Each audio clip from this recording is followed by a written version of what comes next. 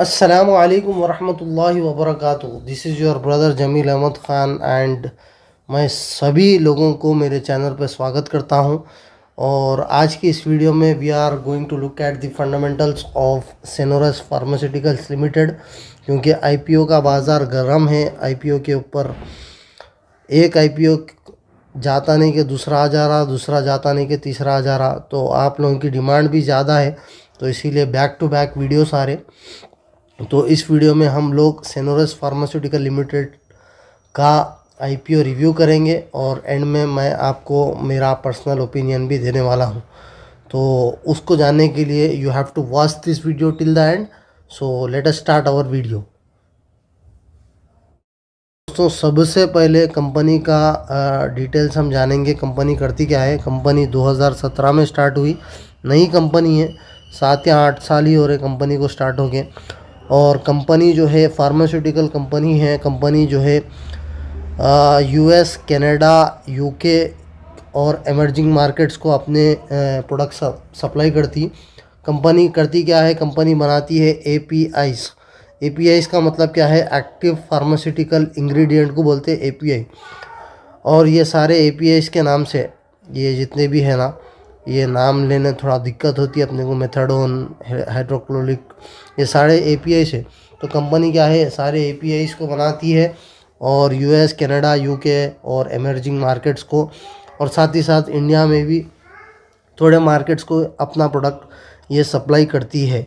तो as on 30 September 2024 company ने 55 products launch किए, जिसमें थेरापेटिक एरियाज कौन से एंटीबायोटिक्स है, एंटी फंगल ट्रीटमेंट्स के लिए जो दवाई होती, उस कंपनी के दवाई को ये कंपनी ने एक्सपोर्ट किया। ठीक है। They have established partnership with distributors and hospitals across several states in India. ये कंपनी ने इंडिया के डिफरेंट हॉस्पिटल्स और डिस्ट्रीब्यूटर्स को टाई अप करके अपने माल को बेच रहे हैं। ठीक है। कंपनी के 3 डेडिकेटेड R&D फैसिलिटीज़ है इंडिया में और यूएस में। और कंपनी जो है अक्रॉस 43 कंट्रीज़ को अपना माल सप्लाई करती है। Manufacturing critical care injectables and APIs। The companies manufacturing unit is situated in Ahmedabad, Gujarat. इसका जो मैन्युफैक्चरिंग यूनिट है, जहाँ पर ये दवाइयाँ सारे बनते, वो अहमदाबाद, गुजरात में है। ठीक है। तो और ये कंपनी का जो कॉम्पिटिटिव स्ट्रेंथ है, अगर आप देखेंगे तो ये कंपनी US FDA अप्रूव्ड है।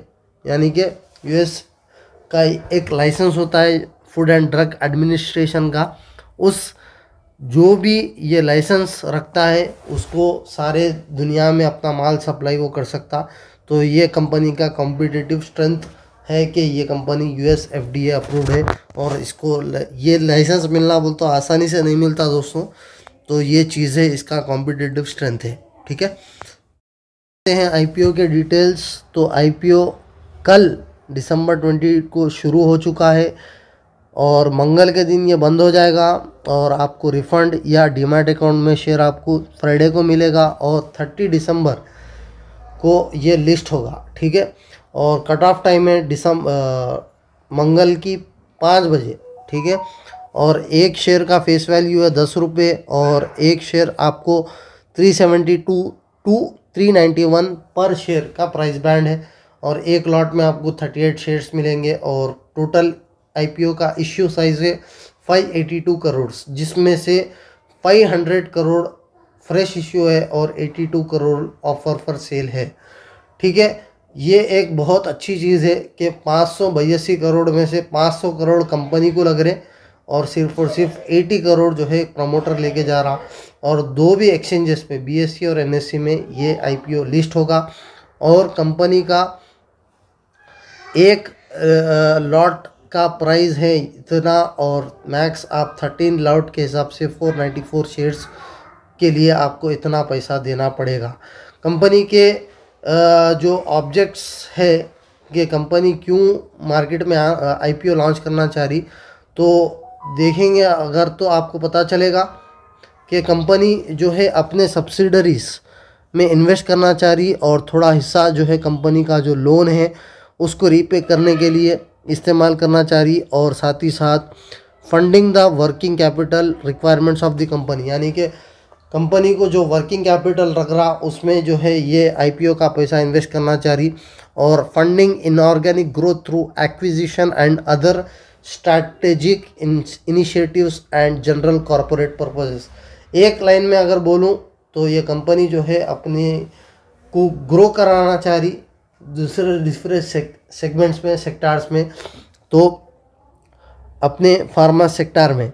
तो ये कंपनी का ऑब्जेक्टिव्स अच्छे खासे हैं। 582 करोड़ में से 500 करोड़ जितना भी आ रहा, ये इन चीज़ों में ये लोग खर्च करने वाले हैं। दोस्तों अब आते हैं कंपनी के फाइनेंशियल्स पे, जो कंपनी की रीढ़ की हड्डी है। अगर आप एसेट्स की बात करेंगे तो माशाल्लाह से 2022 से लेके 2024 तक immense growth in assets, 59 crore से सीधा 621 करोड़, 4 जो कि बहुत बेहतरीन है। और रेवेन्यू अगर आप देखेंगे 14 करोड़ से सीधा 217 करोड़, 457% की ग्रोथ, जो कि बेहतरीन इमेंस ग्रोथ बोल सकते, जो है आउटस्टैंडिंग बोल सकते आप।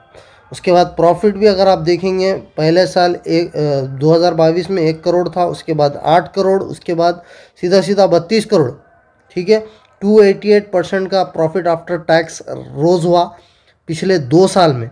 और नेटवर्थ भी माशाल्लाह से 36 करोड़ से 45 करोड़, अब 231 करोड़। अब आउटस्टैंडिंग, अब जो कंपनी की नेटवर्थ है वो है 319 करोड़।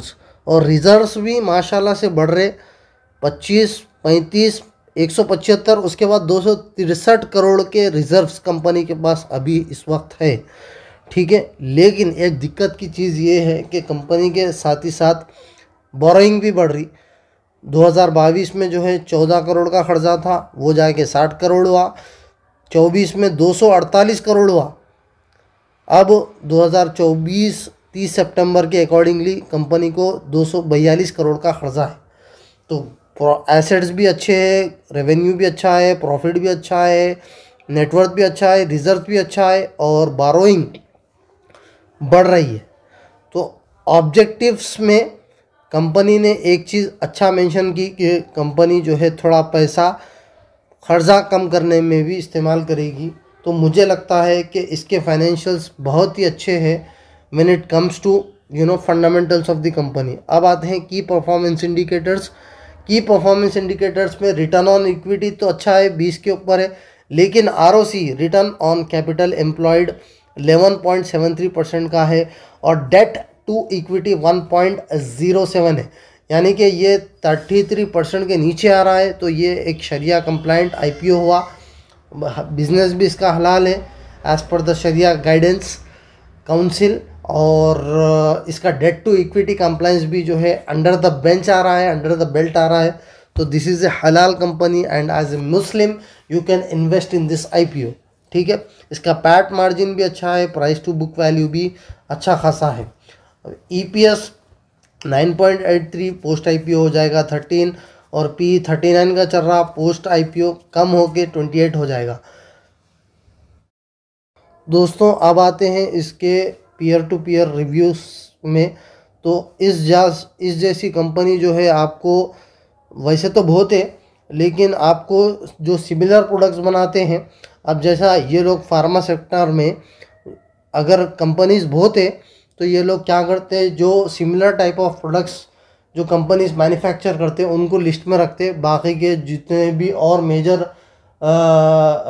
फार्मास्यूटिकल कंपनीज है, जैसा कि आपका सन फार्मा है, ल्यूपिन है, ये सारों को जो है बाहर कर देते। तो इस जैसे प्रोडक्ट्स बनाने वाले अजंता फार्मा है, एलेम्बिक है, कैप्लिन है, ग्लैंड फार्मा है, स्ट्राइड्स है, ठीक है। तो इनका ईपीएस जो है सारों से अंडर द बेल्ट है, जो कि अच्छी बात है। और पीई भी जो है मैं समझता हूँ 28 का सारों के अंदर है। तो इन लोगों से अगर आप कंपेयर करेंगे तो ये कंपनी आपको इस वक्त सस्ते दाम में, अंडर वैल्यू दाम में मिल रही है। और अगर आप बात करेंगे जो है सब्सक्रिप्शन की, तो यहाँ पर 1.94 टाइम्स ओवर सब्सक्राइब ये आईपीओ हो चुका है और रिटेल इन्वेस्टर्स इसमें बढ़ चढ़ के हिस्सा ले रहा है। लेकिन एक दिक्कत की बात, अभी भी क्वालिफाइड इंस्टीट्यूशनल इन्वेस्टर्स 0.01 पे है।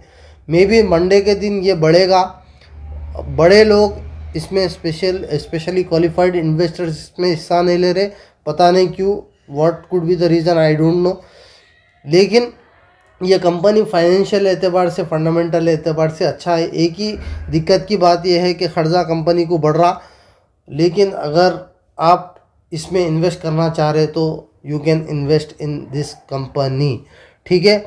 और दूसरी चीज़, अगर आप जीएमपी की बात करेंगे तो यहाँ पर जीएमपी बता रहा है 190 रुपीज़ और इसका गेन बता रहा है 48.59%, जो कि अच्छा खासा जीएमपी इसका है। तो लिस्ट होने के बाद ये हो सकता है 581 रुपीज़ पर लिस्ट। तो अगर जीएमपी की बात भी करेंगे तो मार्केट में अच्छी खासी डिमांड ये आईपीओ पे आ चुकी है।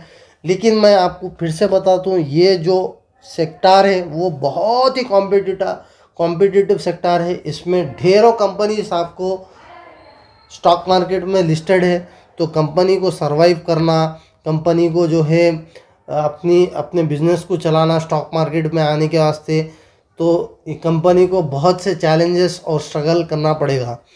तो फाइनेंशियल एतबार से कंपनी अच्छी खासी है और लॉन्ग रन में भी कंपनी अच्छा करेगी, क्योंकि हमारा जो मार्केट है, फार्मा मार्केट, ज़्यादातर बाहर के कंट्रीज़ को ही सप्लाई करता है अपने प्रोडक्ट्स।